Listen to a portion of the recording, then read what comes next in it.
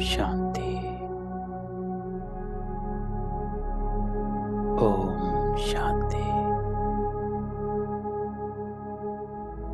ओम शांति।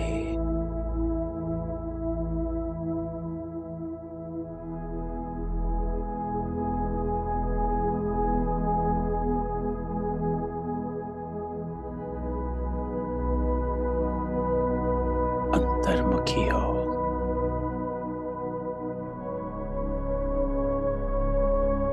अपने आप को देखो।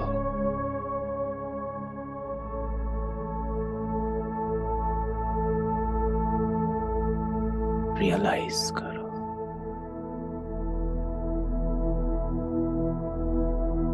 मैं आत्मा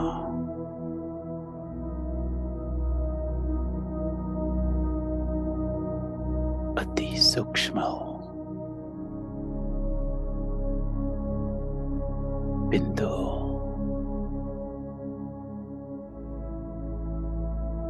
दिव्य हूँ।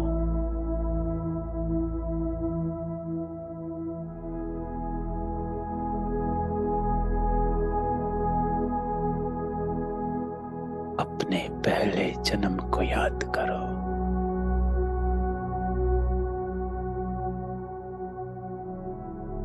अति पवित्र, सतो प्रधान मेरा जन्म।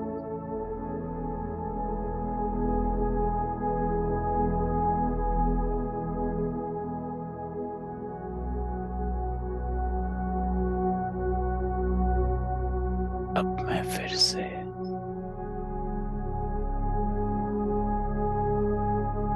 पवित्र बन रही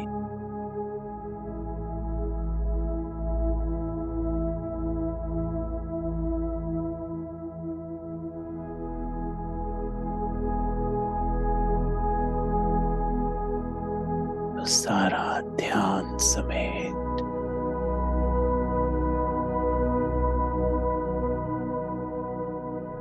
अपने निज स्वरूप में स्थित हो जाओ।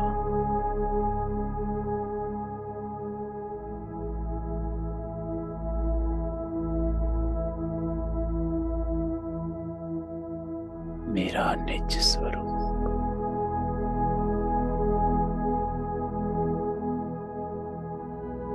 बिंदु स्वरूप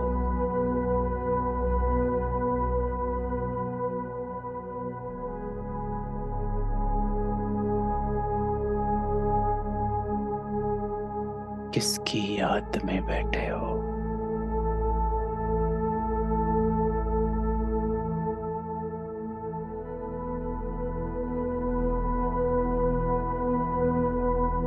किसके सामने बैठे?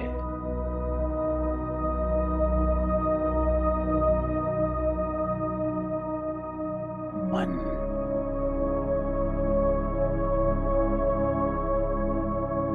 बाबा के मन से जुड़ गया। बुद्धि बाबा की याद में सिमर गई।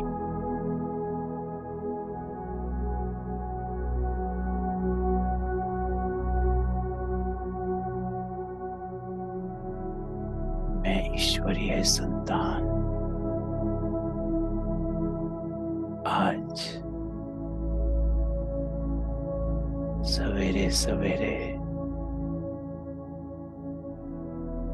अपने बाबा के साथ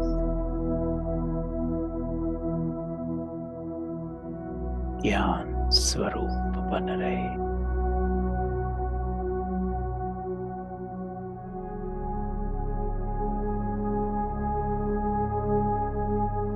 तो सारा ध्यान समेत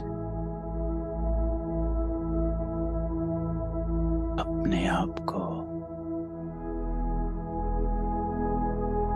बाबा के सामने देख। वो भी बिंदु, मैं भी बिंदु।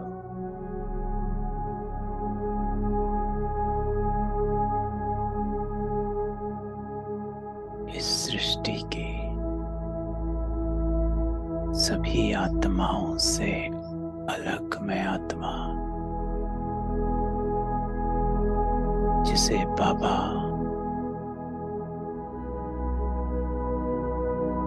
पवित्र बना रहा है।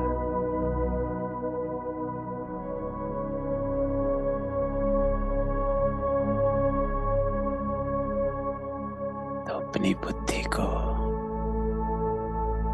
बाबा की बुद्धि से कनेक्ट कर।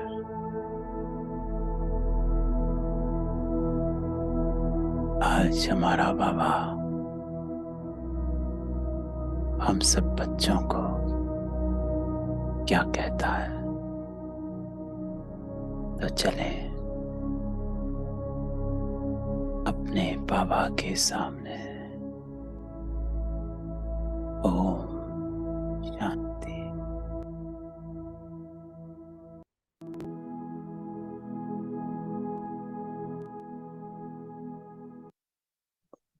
शांति। तो 16 दिसंबर 2022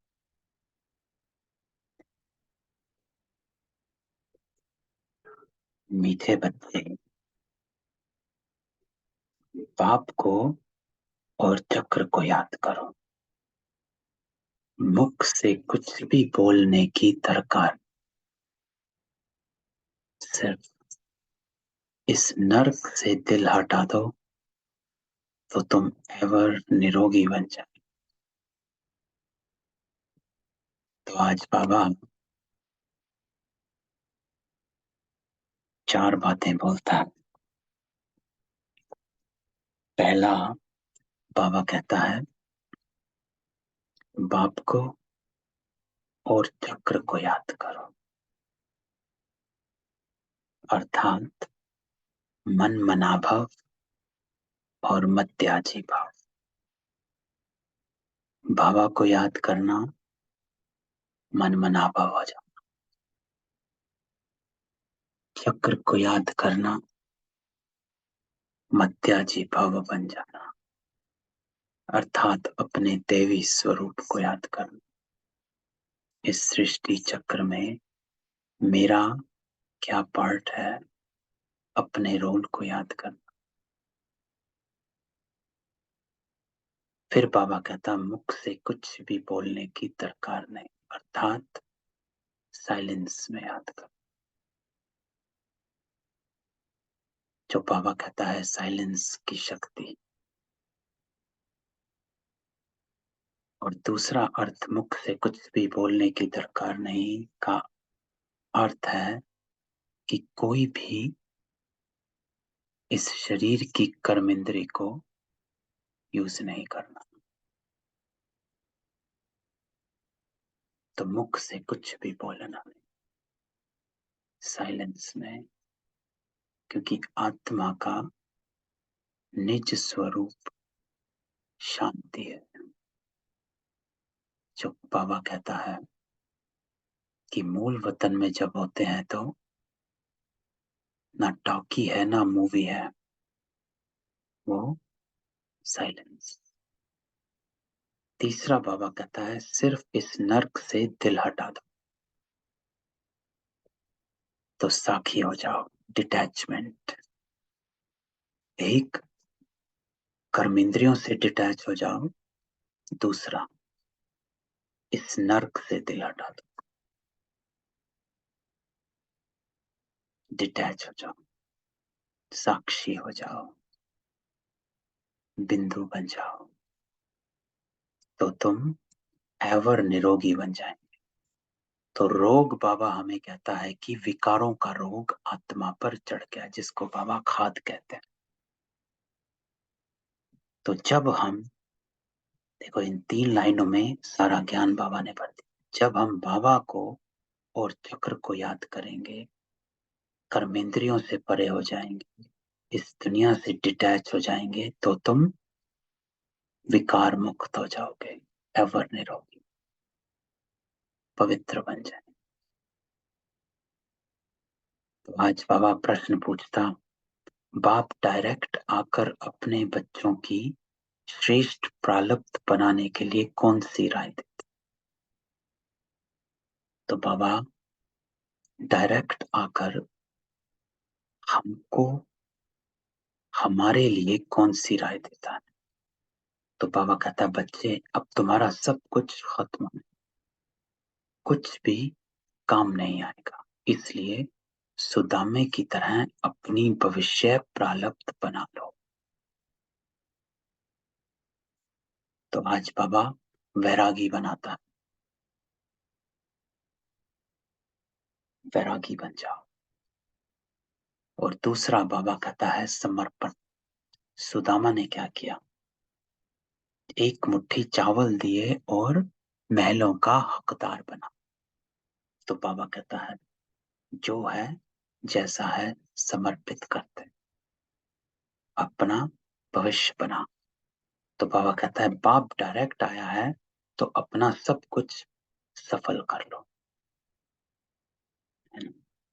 सब कुछ सफल, तन सफल याद में, मन सफल मन मनाभव में, धन सफल जितना दे सकते बाबा कहता है लगा दो, हॉस्पिटल कम कॉलेज खोल दो जिससे बहुतों का कल्याण हो, सबको रास्ता बताओ। और अंत बाबा कहता है श्रीमत पर सदा चलते रहो। तो बाबा आया ही है हमको सत्य कर्म सिखलाने। तो जैसे जैसे बाबा कहता है तेरा सत्य कर्म होता जाएगा, वैसे वैसे तेरी प्रारब्ध आपे ही बनती जाएगी। और जैसे जैसे तू श्रीमत पर चलता जाएगा, तेरा सत्य कर्म बनता जाएगा। तो इसीलिए बाबा कहता है सब समर्पण करते, इस बुद्धि को समर्पण करते, अपनी बुद्धि का उपयोग ना कर। जब कोई भी कर्म सामने आता,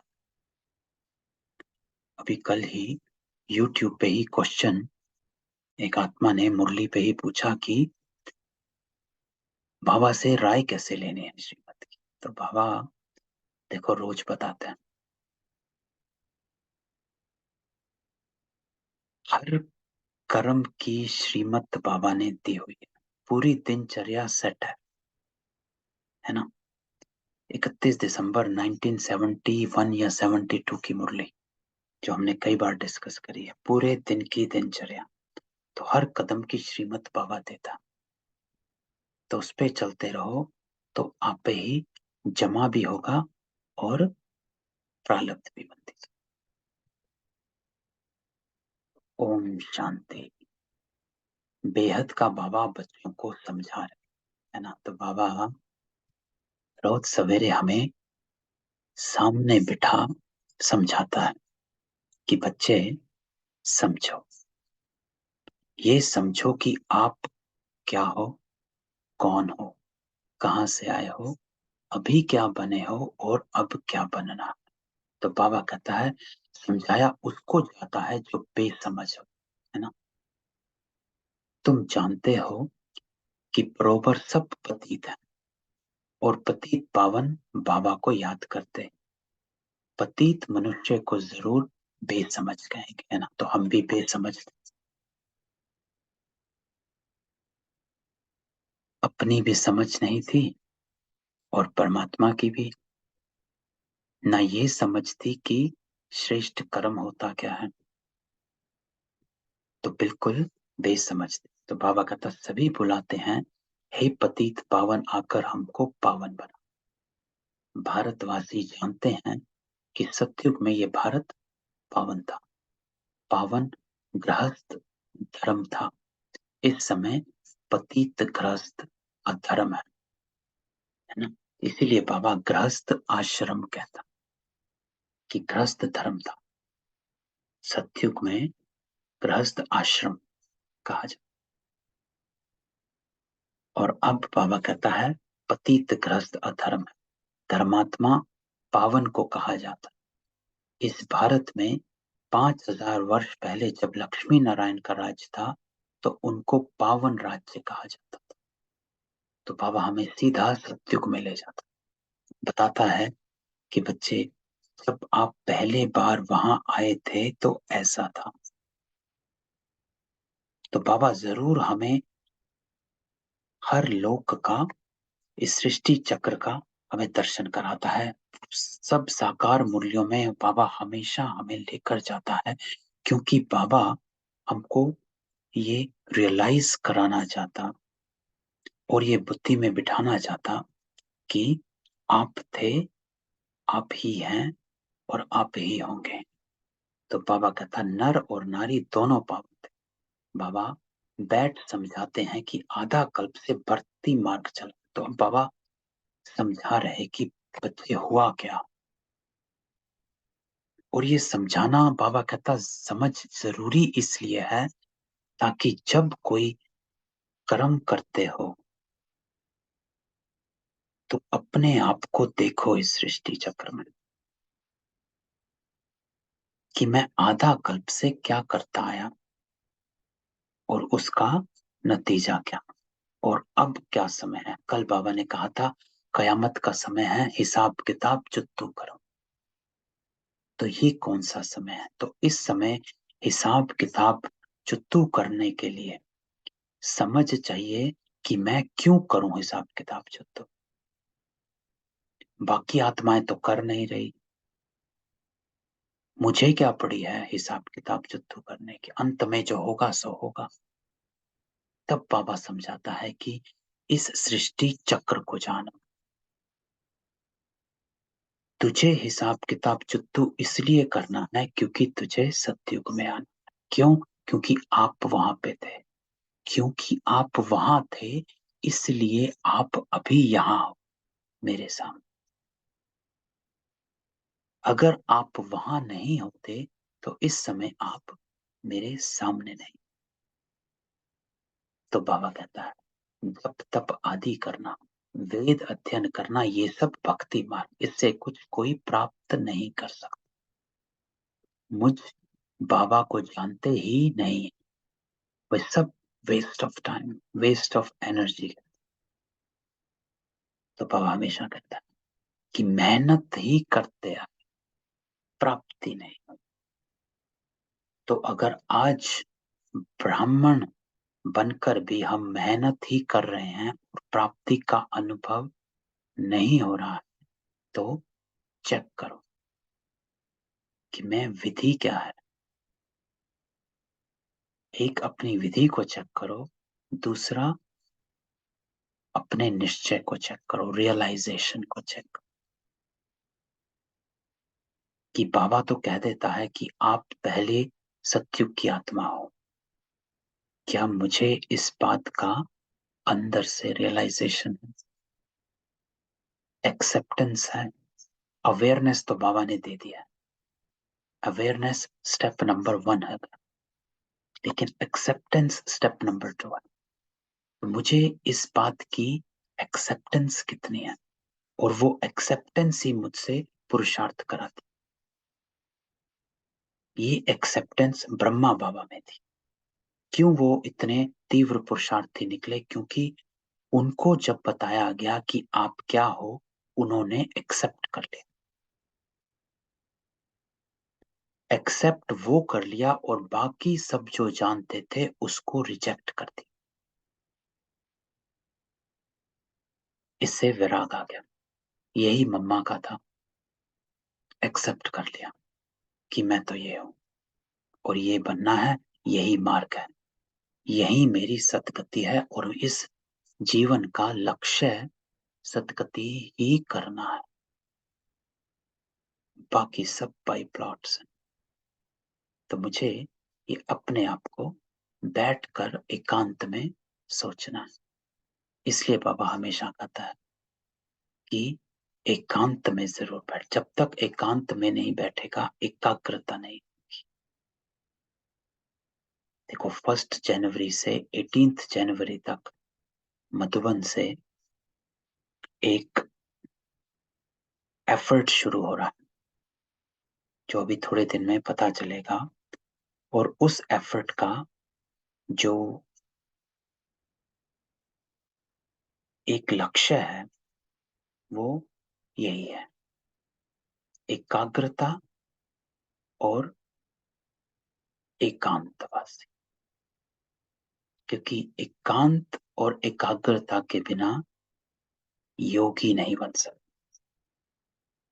तो बाबा कहता है द्वापर से लेकर भक्ति मार्ग शुरू होता, फिर देवताएं वाम मार्ग में जाते, लाखों करोड़ों रुपया खर्च कर देवताओं के मंदिर बनाते। तो बाबा बताते देखो, ये जो सृष्टि में आप अभी जो देखते हो, उसके पीछे राज क्या है, हिस्ट्री क्या है।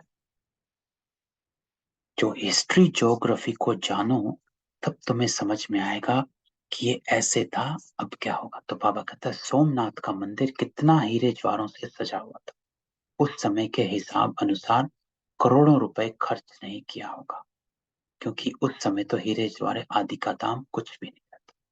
लेकिन इस समय अगर वह मंदिर होता तो अथाह पद्मों की मिल्कियत हो जाए। दूसरा पैरा तो बाबा कहता है, अब बाबा समझाते हैं कि मीठे बच्चे, वेद शास्त्र अध्ययन करना ये भक्ति है, उसको ज्ञान नहीं कहा जाता। तो बाबा यही समझाता है कि ज्ञान असल में क्या है। असल में ज्ञान है अपनी पहचान, अपने आप को देखो। सतयुग में तीर्थ आदि नहीं मांगते। गंगा जमुना नदियां तो सतयुग में भी हैं, अभी भी हैं। सतयुग में कोई तीर्थ करने के लिए नदियां नहीं थी।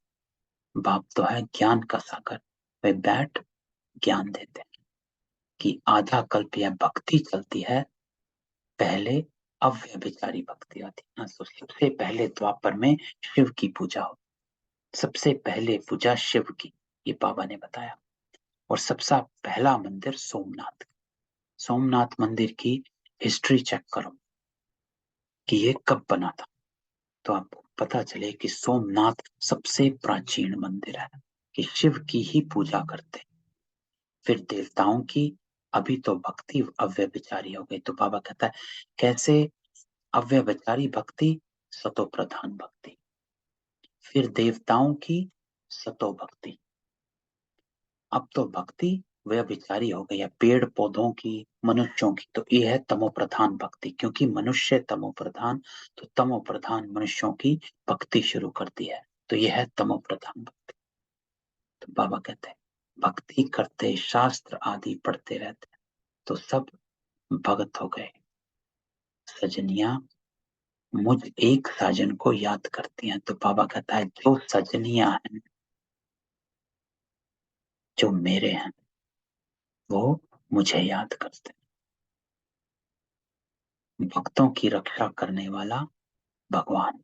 तो जरूर भक्ति में तकलीफ होती है, तब तो कहते हैं आकर हमको लिबरेट करो, दुख से मुक्त करो, गाइड बन मुक्ति धाम में ले चलो। तो बाबा लिबरेटर भी है, दुखों से लिबरेट करता है कैसे, ज्ञान देकर, समझ देकर। जो बाबा ने कल कहा था, ड्रामा के पट्टे पर स्थिर रहना। तो साधारण मनुष्य आत्माओं की भेंट में हम आत्माओं को चाहे थोड़ी नॉलेज, चाहे ज्यादा, चाहे थोड़ा ज्ञान ठहरा है, चाहे ज्यादा, लेकिन आप देखेंगे इंटेंसिटी दुख की कम है। इसको कहते हैं लिबरेटर। और फिर वो गाइड बन मुक्ति धाम में ले जाता है, कि बाबा बताता है रास्ता क्या है, क्योंकि मेरे द्वारा ही मुझे मिल सकते हो। तो बाबा कहते हैं उनको यह पता नहीं है कि भगवान कौन। शिव व शंकर के मंदिर में जाते और शिव शंकर को इकट्ठा करते हैं, दोनों अलग। एक है निराकार और दूसरा सूक्ष्म शरीरधारी। वो है मूल वतन में रहने वाला और शंकर सूक्ष्म वतन में। तो बाबा समझाते हैं मंदिर में बैल दिखाते, समझते हैं शिव शंकर की बैल पर सवारी थी। अब शिव के लिए कहते हैं वह सर्वव्यापी। तो बाबा कैसे सब बात बताता है कि जो मंदिर में बैल दिखाते हैं, उसको समझते हैं कि शिव शंकर की सवारी है। लेकिन नहीं, बैल तो ब्रह्मा बाबा, जिसके उपा, जिसके तन में शिव बाबा आते हैं, ऐसे नहीं कहेंगे कि शिव शंकर सर्वव्यापी है। एक परम पिता परमात्मा निराकार को कहते हैं। अब बाबा कहते हैं, देखो मैं निराकार तुमको कैसे पढ़ाता हूं। तो अब बाबा बैल बताता कि मैं कैसे बताता। बैल पर कोई सवारी थोड़ी होती है। हमारी सवारी बैल पर क्यों दिखाई है? मैं तो साधारण मनुष्य तन में प्रवेश करके आता हूं। तो बाबा कहता है, इसका अर्थ उन्होंने बैल बना दिया, नंदीकन। और एक छोटा नंदीकन जो है गुलजार दादी। तो ये बाबा कहता है, ये बताया गया। तो हर चीज का बाबा कहता है अर्थ समझना है। इनके 84 जन्मों की कहानी बैठ तुमको सुनाता हूं। किनके? ब्रह्मा बाबा के। और लेकिन फिर बाबा अब हम पर आ गया, तुम भी ब्रह्मा मुख वंशावली आकर बने। तो एक एक आत्मा को बाबा एड्रेस करता है कि बाप का आकर बने हो कल की मुरली। जो बाबा कहता है, मेरे आकर बने हो तो मेरी डायरेक्शन पर चलो। तो इनका नाम है भागीरथ, अर्थात भाग्यशाली रथ। क्योंकि पहले पहले ये सुनते और यही सौभाग्यशाली। सतयुग में बहुत थोड़े होते हैं और बाकी सब आत्माएं वापस चली जाती हैं अपने घर जहां से आई हैं। तो कल भी बाबा ने आत्माओं का झाड़ बताया था कि जैसे जहां से आते हैं एग्जैक्टली वैसे वापस आत्माओं के झाड़ में चले जाते हैं। लेकिन ये जो है ये कर्म क्षेत्र है। सृष्टि का चक्र फिरता रहता। मूल वतन सूक्ष्म वतन में यह सतयुग त्रेता नहीं होते। तो बाबा कहता है, ये जो चक्र है ये सिर्फ इस सृष्टि में होता, क्योंकि ये कर्म क्षेत्र है। और इस सृष्टि में क्योंकि ये कर्म क्षेत्र है, तो ये सृष्टि जो है वो सतो प्रधान से सतो रजो तमो के चक्र में जाती है। लेकिन मूल वतन कभी सतो तमो रजो के चक्र में नहीं जाता, ना सूक्ष्म वतन। वो एक ही रास में रहता है। क्यों? क्योंकि वो कर्म क्षेत्र नहीं है। ये चक्र सिर्फ वहीं चलता है जहां कर्मों की कोई गति चलती। तो बाबा कहता है, ये ड्रामा का चक्र यहाँ फिरता है। आधा कल्प ज्ञान सत्युग त्रेता, आधा कल्प भक्ति द्वापर कलयुग। तो बाबा कहते हैं, सतयुग में लक्ष्मी नारायण का राज्य था। फिर Lakshmi Narayan the first second राजाई चलती है ना। तो बाबा तो बताते हैं कि 8 डायनेस्टीज हैं। Narayan the first Brahma Baba, Narayan the second पता नहीं, थर्ड पता नहीं, फोर्थ पता नहीं, फिफ्थ सिक्स्थ सेवंथ एट्थ। तो 8 नारायण अवंत, जिसको अष्टरत्न कहा गया। तो ये 8 नारायण कौन बनता है? आप में से हम में से कोई तो बनेगा। तो बाबा कहता है, त्रेता में है चंद्रवंशी राम की डायनेस्टी, है ना। तो त्रेता में राम बनते हैं, 12 Ram, Ram the first second third fourth. तो सतयुग में 8 जन्म, त्रेता में 12 जन्म। ये 84 जन्मों की कहानी बाबा ही समझाते। तो बाबा सारी कहानी सुनाता है कि अपने जन्मों के राज को जानो। स्पष्ट होना चाहिए, अपने आप को देखो। बाप कहता है, अपने ब्राह्मण बाप अपने ब्राह्मण बच्चों को ही मिलते हैं और किसको नहीं। अब ये इंपॉर्टेंट देखो, आज बाबा मिलन है शाम को, तो बाबा हमसे ही मिलते हैं। बाबा देखो आज भी कहेंगे, पहले भी कहा कि जो यहाँ बैठे हैं वो भी और जो मन से जुड़े हैं वो भी। सब बच्चों को बाबा याद प्यार देता है, देखता है और सबकी टचिंग जो है बाबा को मिलती। तो बाबा अपने ब्राह्मण बच्चों को ही मिलते हैं और किसको नहीं। बच्चे बने हैं तब उनको पढ़ाते हैं। बाबा कहते मैं तुम्हारा बाप भी हूँ, टीचर भी और सतगुरु भी। तो तीनों संबंध बाबा याद दिलाता। बाप से वर्षा, टीचर से शिक्षा, सतगुरु से वरदान। तो तीनों बाबा देता है, वर्षा भी देता है, शिक्षा भी देता है और सतगुरु गति कराता है, वरदान देता है। तो सदगति कर साथ ले जाता हूं, तो गुरु बिना गति नहीं। तो सतगुरु आया तो सतगति कराता है, तो सतगुरु बिना सदगति नहीं। तो बाबा कहता मैं सदगति कर साथ ले जाता। पावन होने का बहुत सहज उपाय जो तुमको बतलाता हूं। यहाँ बैठ, तुम क्या करते हो, ये है सहज उपाय। बाबा कहता है, बच्चे कहते हैं बाबा हम आपको याद करते हैं। आपका फरमान है कि निरंतर मुझे याद करने का पुरुषार्थ करो, तो इस योग अग्नि से तुम्हारे विक्रम विनाश हो जाएंगे। तो ये बाबा कहता है पावन बनने का सहज उपाय, योग अग्नि से अपने विकर्मों का विनाश करो। अर्थात जो विकर्मों से आपके विकर्मी संस्कार बने हैं उनका विनाश करो।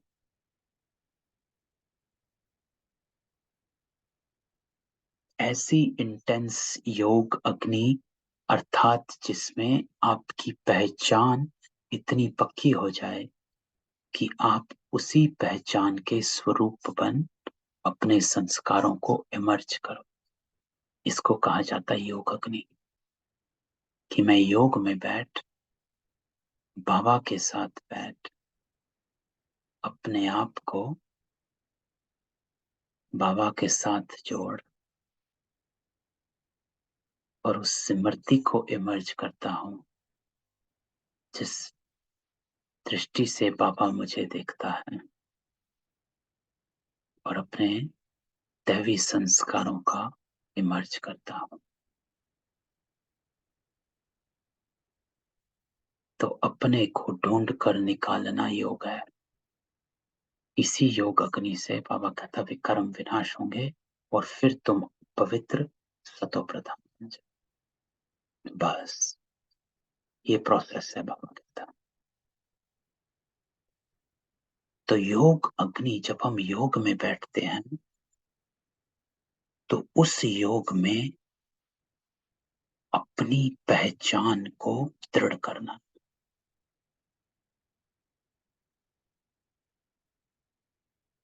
जब बाबा कहता है कि योग में बैठता है मेरे साथ तो बाप समान बनता है। बाप समान अर्थात मैं बाबा के गुणों को अपने में इमर्ज करता। रहम दिल, जैसा बाबा वैसा मैं। सर्वात्माओं के लिए शुभ भावना, शुभ कामना। जैसे कल बाबा कहता है सुख स्वरूप बन जाओ, क्योंकि सुखदाता के बच्चे हो, मास्टर सुखदाता। तो मेरा स्वरूप ही सुख का हो गया। I become embodiment. तो ऐसे ही जब हम योग में बैठते हैं तो हम बाप समान अपने आप को देखें, अर्थात उन गुणों में अपने आप को इमर्ज करें, उस इंटेंसिटी से इमर्ज करें कि वो गुण मेरे ऊपर हावी हो जाए, इमर्ज हो जाए। और इसको योग अग्नि कहते हैं। जब वो इंटेंसिटी ऐसी हो जाती है तो मेरे अंदर उन गुणों का, जिसको कहते हैं धारणा स्वरूप बन जाते हो, और उस अनुभव को सारा दिन जब साथ रखते हैं तो उन्हीं गुणों को आप अनुभव में लाते हैं। तो बाबा कहता है अब तुम तमो प्रधान हो, याद से ही खाद निकलेगी। इसी को ही कहते हैं याद, कि जब हम ऐसे बाबा को याद करते हैं कि मुझे बाबा के जैसा बनना है, तो उसी से ही खाद निकलेगी, अर्थात मुझे अपनी अपवित्रता छूटती जाएगी। तो बाबा कहता कोई तकलीफ की बात नहीं, एवर निरोगी बनने के लिए कितनी सहज युक्ति है। तो बाबा कहता है देवताएं कभी बीमार नहीं होते, इस याद से ही तुम निरोगी बनेंगे। पाप भस्म होने से तुम पावन बन जाएंगे, बड़ी भारी कमाई। तो ऐसे, तो ये कमाई बाबा कहता है तेरे को पवित्र बना देती है, तेरे सारे संस्कार वापस ले आते। जिसको बाबा कहता आप ही पूज्य, आप ही पुजारी, खुद ही बनते हो। तो बाबा कहता घूमो फिरो सिर्फ मुझे याद करो। तो पहले यह प्रैक्टिस करनी, याद करने से हम 21 जन्म के लिए निरोगी बन जाएंगे। कोई तकलीफ की बात नहीं, सिर्फ माम एकम याद करो, अर्थात मुझे एक बाबा को याद करो। तो आज बाबा इस मुरली में हमको सिखा रहा है कि हम योग अग्नि से अपने को पावन कैसे बना, ये योग की इंटेंसिटी बढ़ाएं कैसे, कैसे हम एक की याद में रहें और अपने को बाप समान बनाएं। क्योंकि बाप समान बनाना है तो मेरा हर गुण जो है बाबा जैसा, वो वर्षा बाबा से। तो ये बाप ने आत्माओं को कहा, तो बाबा आज हमको कहते हैं हे आत्माएं सुनती हो, इसका अनुभव करना। कि बाबा हमको कहता है कि बच्चे सुन रहे हो, हे आत्माएं सुनती हो। तो हमेशा बाबा कहता है ईश्वरीय बुद्धि से सुनो। जब आप मुरली सुनते हो तो उसी ज्ञान में रमण हो जाओ कि हाँ बाबा ऐसा योग लगाएंगे, ऐसा आप समान बनेंगे कि सब दैवी गुण इमर्ज हो जाएंगे और अपवित्रता खत्म हो जाएगी। तो बाबा मुख से कहते हैं मुझे याद करो और घर को याद करो। तो परम धाम को नहीं भूलना, है ना। तो ये हम सैटरडे की हमारी जो क्लास है वो इसी पे ही है कि बाबा कहता है कि मुझे परम धाम में ही याद करो। अब यह नर्क खलास होना, जाना है अपने घर। तो बाबा कहता है भोजन बनाते समय भी याद का पुरुषार्थ करो। अब बाबा युक्तियां बताता है कि कैसे हम याद को इंटेंस कर सकते हैं, निरंतर कर सकते हैं। भल तुम कर्म योगी हो तो भी कम से कम 8 घंटे तक जरूर पहुंचो। 5 मिनट, 10 मिनट, आधा घंटे, ऐसे चार्ट को बढ़ाते रहो। तो ये युक्ति मैंने अपनी 8 घंटे वाली, कि बीच बीच में 5 मिनट, 10 मिनट ऐसे ऐसे निकालते 8 घंटा हो जाता। और धीरे धीरे किसी दिन 6 घंटे, 6:30, ऐसे ऐसे 8 बन जाते हैं। तो इसको थोड़ा थोड़ा बीच बीच में, हमेशा मेरा अपना अनुभव है कि जब से मैंने ये शुरू किया था कि 1 घंटे में, 2 घंटे में, चाहे 5 मिनट टाइम मिले, 2 मिनट टाइम मिले, उस सब कुछ छोड़कर इंटेंस योग में बैठ जाओ 1 मिनट के लिए। तो ये आदत डालनी है कि चाहे कोई भी कर्म चल रहा है, मैं छोड़कर डिटैच हो पाता हूँ। तो इस प्रैक्टिस को बाबा कहता है बढ़ाओ, जांच करते रहो हमने कितना समय बाबा को याद किया। जिस पाप से बैकुंठ की बादशाही मिलती है, 21 जन्मों के लिए सदा निरोगी बनते हैं। कितनी सहज युक्ति है। तो बाबा कहता है चक्र का नॉलेज समझाया है कि चोटी ब्राह्मण, देवता, क्षत्रिय, वैश्य, शूद्र, यह चक्र याद करना है ना। तो जो बाबा कहते हैं स्वदर्शन चक्र फिराओ, उसका अर्थ है अपने को पांचों वर्णों में देखो। ब्राह्मण, देवता, क्षत्रिय, वैश्य, शूद्र, बीज और झाड़ को याद करो। अभी तुम जानते हो एक धर्म की स्थापना हो तो दूसरे धर्म विनाश हो जाए। तो सतयुग में एक ही धर्म, तुमको मेहनत ही इसमें। तो बाबा कहते हैं मुझ बीज को याद करो और झाड़ को याद करो। अपना विनाश और पालना, ये है बहुत सहज। तो आज बाबा सिखाता है कि मुझे याद करो, इस सृष्टि चक्र को याद करो, इस झाड़ को याद करो। सहज योग और सहज ज्ञान। बीज से झाड़ कैसे निकलता है, ये तुम्हारी बुद्धि में ज्ञान है ना। तो कैसे सृष्टि का चक्र कैसे फिर से फिरता है, कैसे सब के सब वापस परम धाम चले जाते हैं और फिर एक एक करके फिर वापस आते हैं। बीज से झाड़ फिर से कैसे बनता है, ये तुम्हारी बुद्धि में ज्ञान है। तो बाबा कहता रहो भले गृहस्थ में, परंतु पवित्र रहना।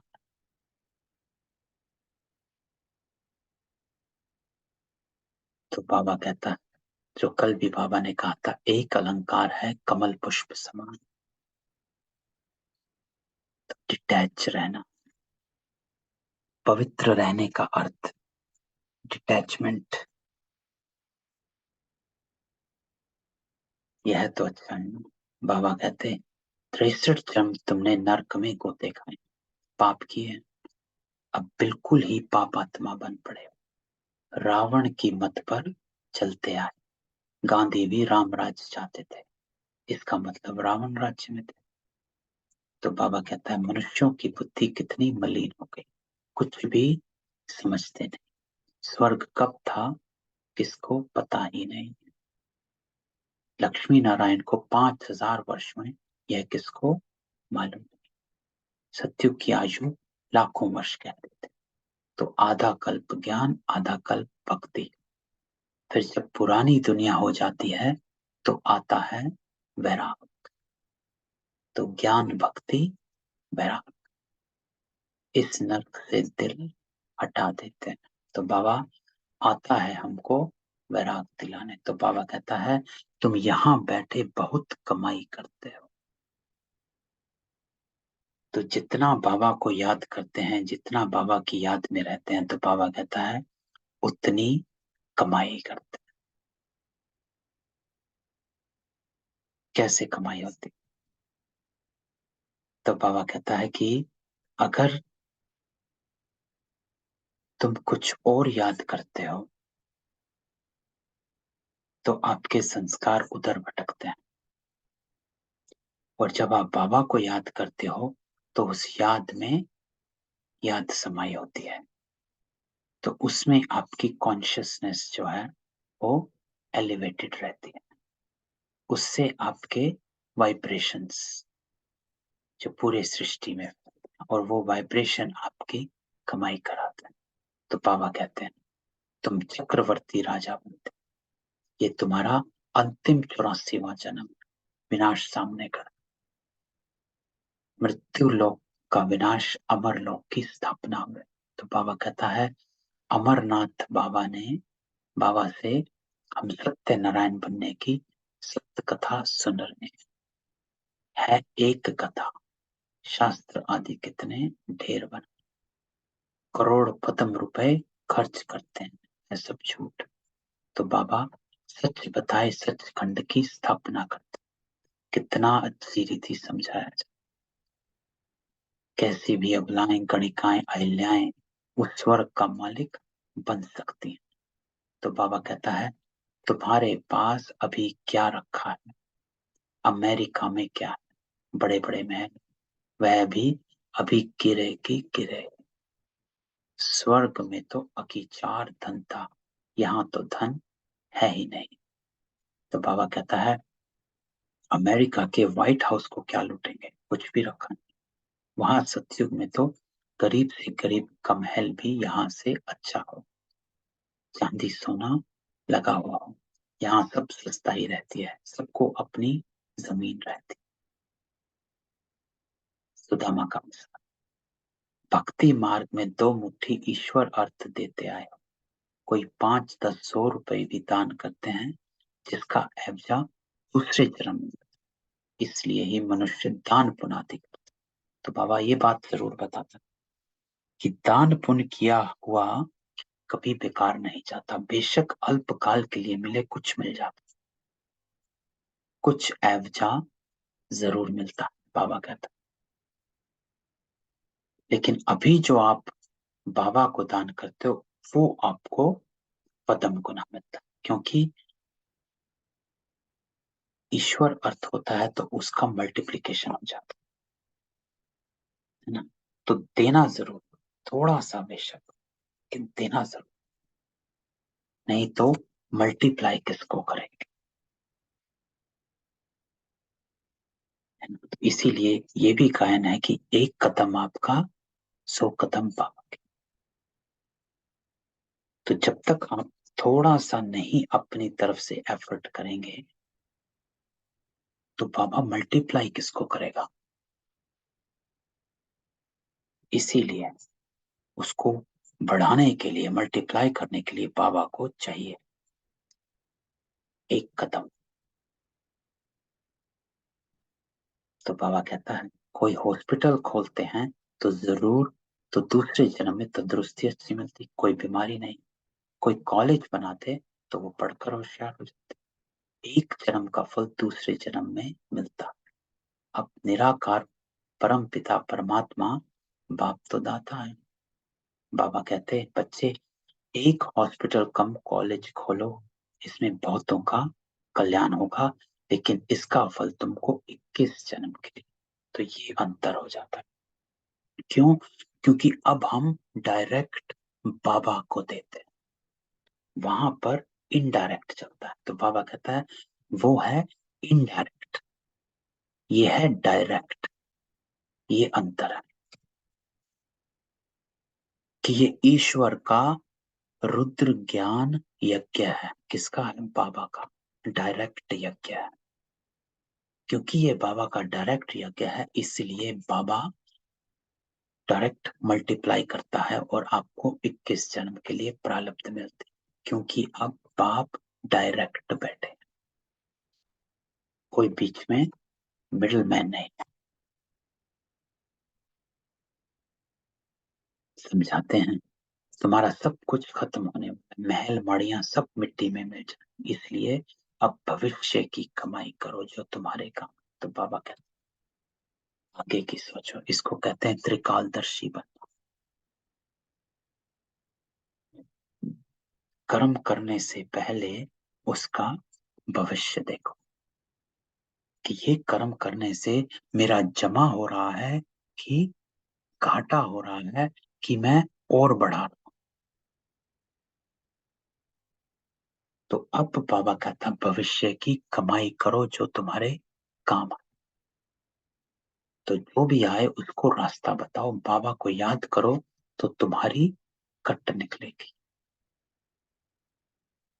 कट बाबा कहता है अपवित्रता को, जंक को,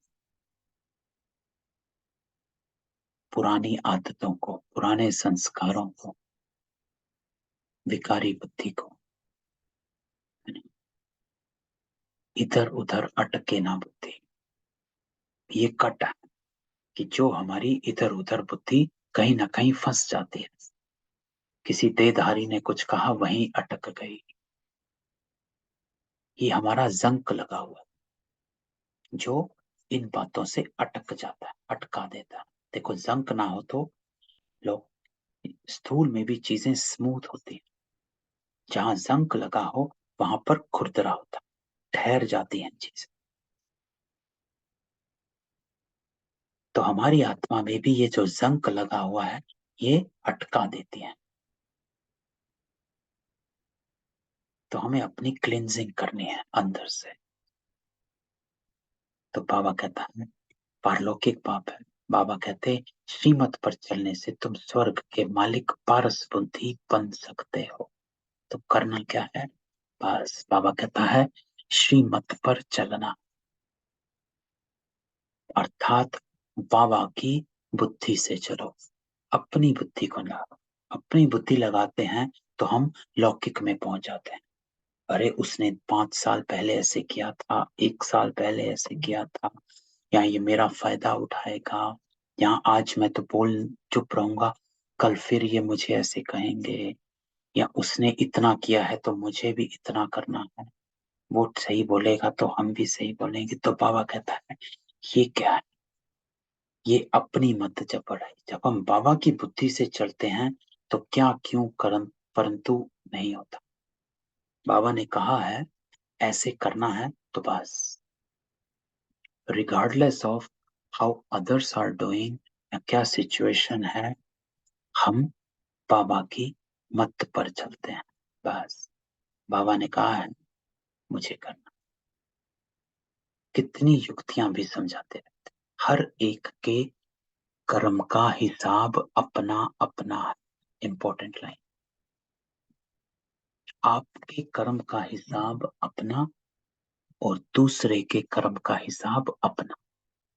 ना आप उसके कर्मों को बना सकते बिगाड़, ना वो आपके कर्मों को बना बिगाड़, लेकिन हम आपे ही अपने कर्मों को बना और बिगाड़ सकते हैं। तो हर एक का कर्म का हिसाब किताब अपना अपना।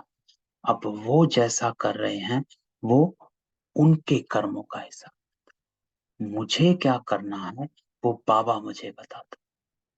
तो ये चीज ध्यान में रखनी कि बाबा मुझे कहता है कि तू इतना जमा कर कि भविष्य के लिए कमाई हो। तो मुझे जमा करना, 3 खाते जो हैं उनमें से मुझे जमा का जो खाता है उस पर अटेंशन रखनी बस। तो बाबा कर्म अकर्म विकर्म की गति बैठ समझाते। तो ये है कर्म अकर्म विकर्म की गति। ये विकर्म करूंगा तो और बढ़ेगा, अकर्म करूंगा तो ना बढ़ेगा ना जमा होगा, और श्रेष्ठ कर्म करूंगा तो मेरा जमा होगा। तो मुझे श्रेष्ठ कर्म, कोई भी तकलीफ हो तो सर्जन के पास आकर श्रीमत लो। तो बाबा कहता है, बाबा से पूछो बैठ के, आंसर जरूर मिलेगा। ऐसी कोई भी बात नहीं हो सकती जिसमें बाबा ने उत्तर ना दिया हो या जिसकी श्रीमत ना हो। हर एक कर्म की श्रीमत है।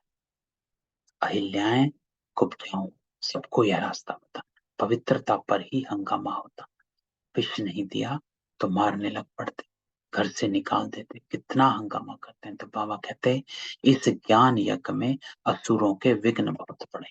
तो ये लाइन भी हमें ध्यान रखनी, और मैं जरूर ध्यान रखता हूँ। जब भी कोई अड़चन होती है या कुछ आता है तो मुझे ये लाइन ध्यान आ जाती है कि बाबा ने तो कहा है कि असुरों के विघ्न पड़ेंगे, अर्थात आसुरी बुद्धि वाले इस ज्ञान यज्ञ में विघ्न डालेंगे।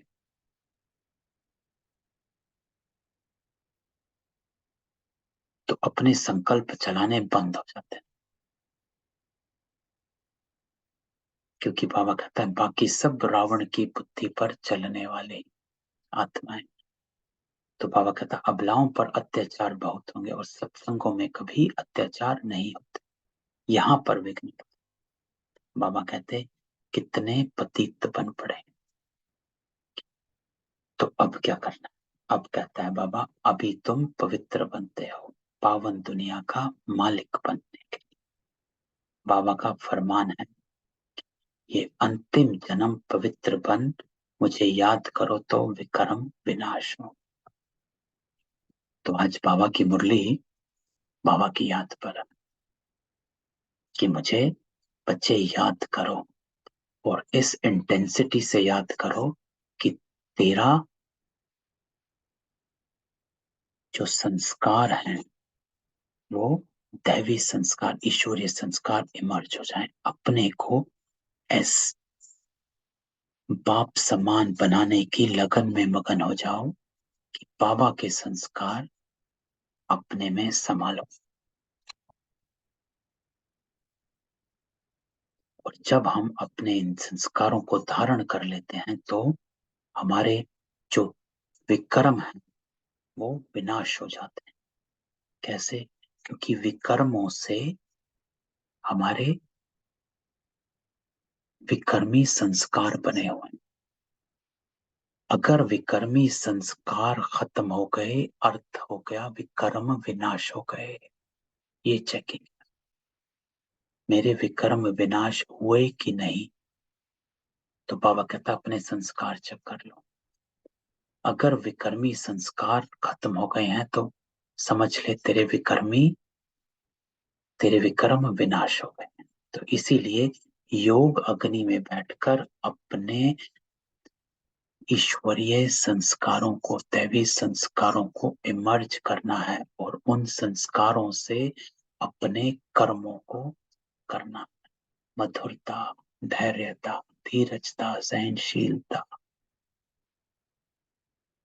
जितने भी हमारे दैवी संस्कार। तो बाबा कहता है इसका नाम ही है सहज राजयोग। और कोई शास्त्र में ये युक्ति, गीता में है, देह के सब धर्म त्याग, मुझ अपने बाबा को याद करो।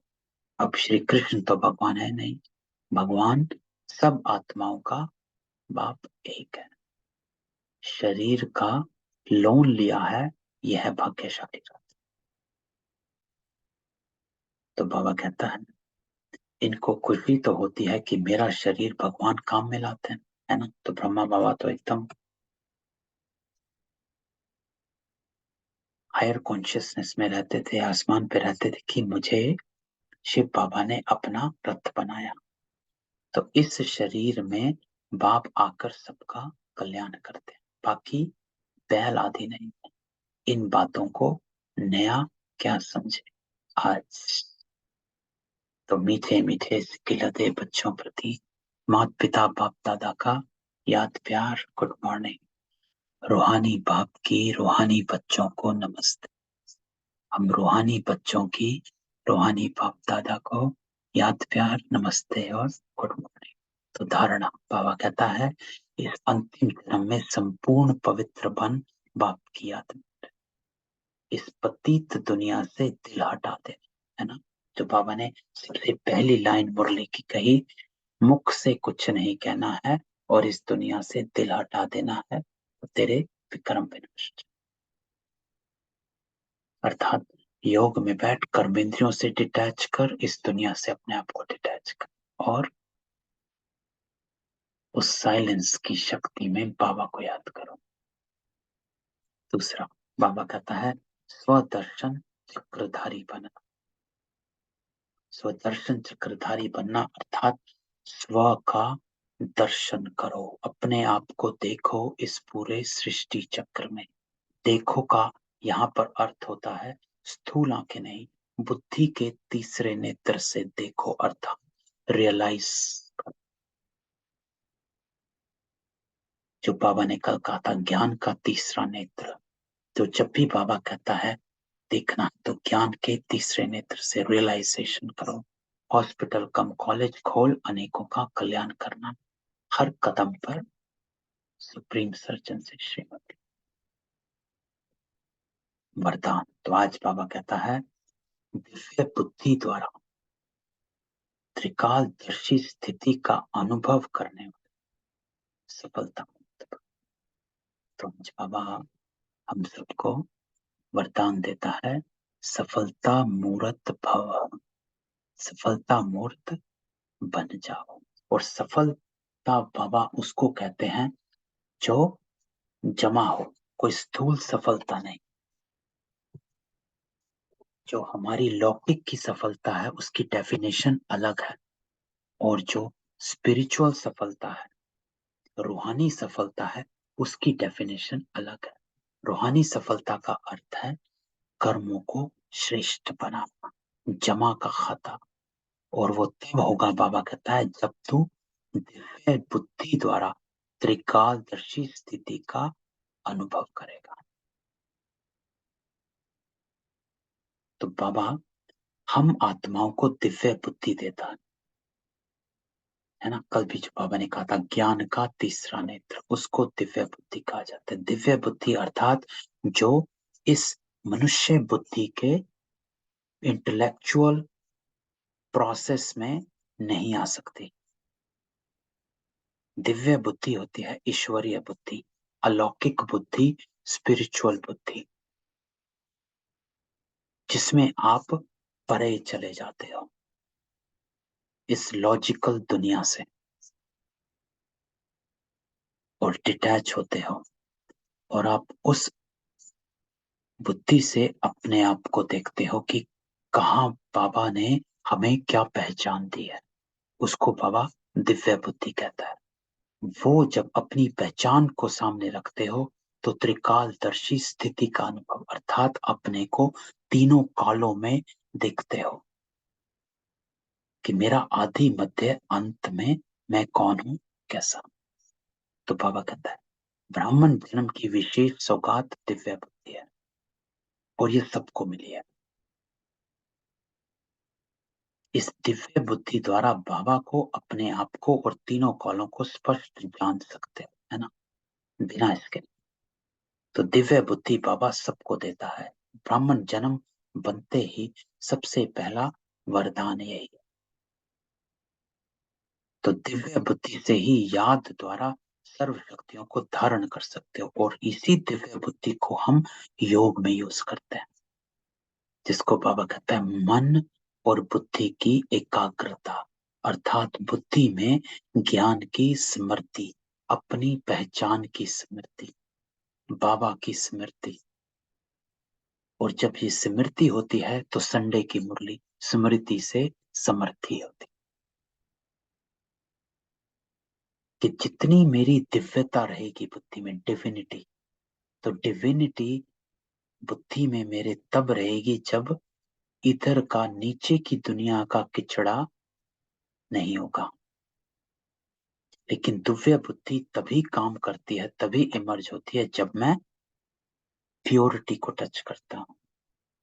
तो इसीलिए जो आज बाबा ने कहा, पावन बन बाप को याद में रहना, बिना पावन बने, क्योंकि अगर मेरे विचारों में थोड़ी सी भी रिंचक मात्र भी अपवित्रता है, मैलापन, जिसको व्यर्थ संकल्प कहें, या किसी आत्मा के प्रति कोई बात अटकी हुई है जो अपवित्रता है, तो दिव्य बुद्धि काम नहीं करती।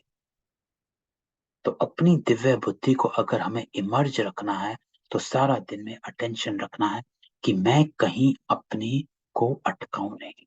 तो बाबा कहता है ये बुद्धि त्रिकालदर्शी स्थिति का अनुभव कराती, उनके सामने तीनों ही काल स्पष्ट होते।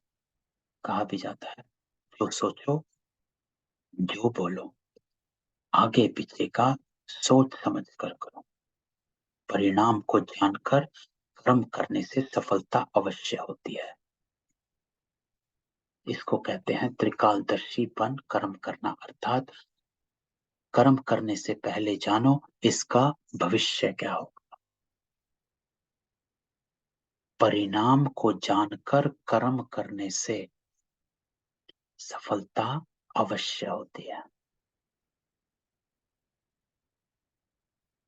तो आगे पीछे का सोच समझ कर करो कि मैं जो कर रहा हूं उससे जमा हो रहा है कि घट रहा है कि और बढ़ रहा है।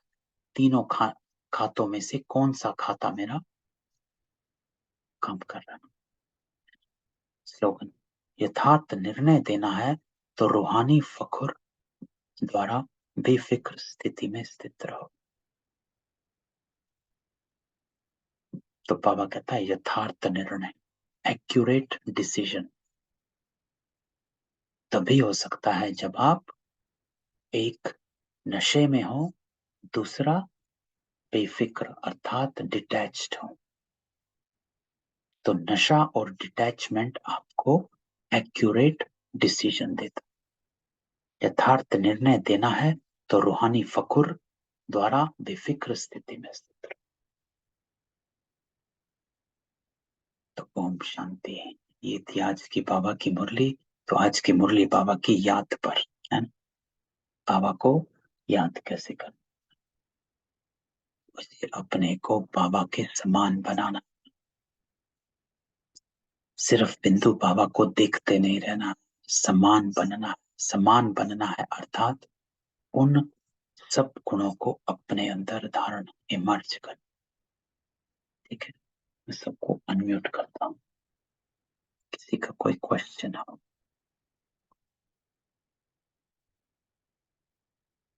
नहीं? तो देखो आज बाबा मिलन है शाम को।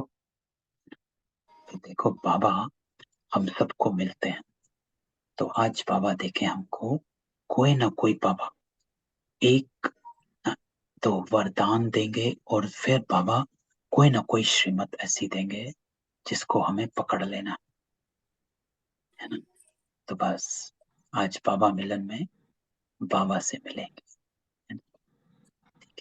ओम शांति।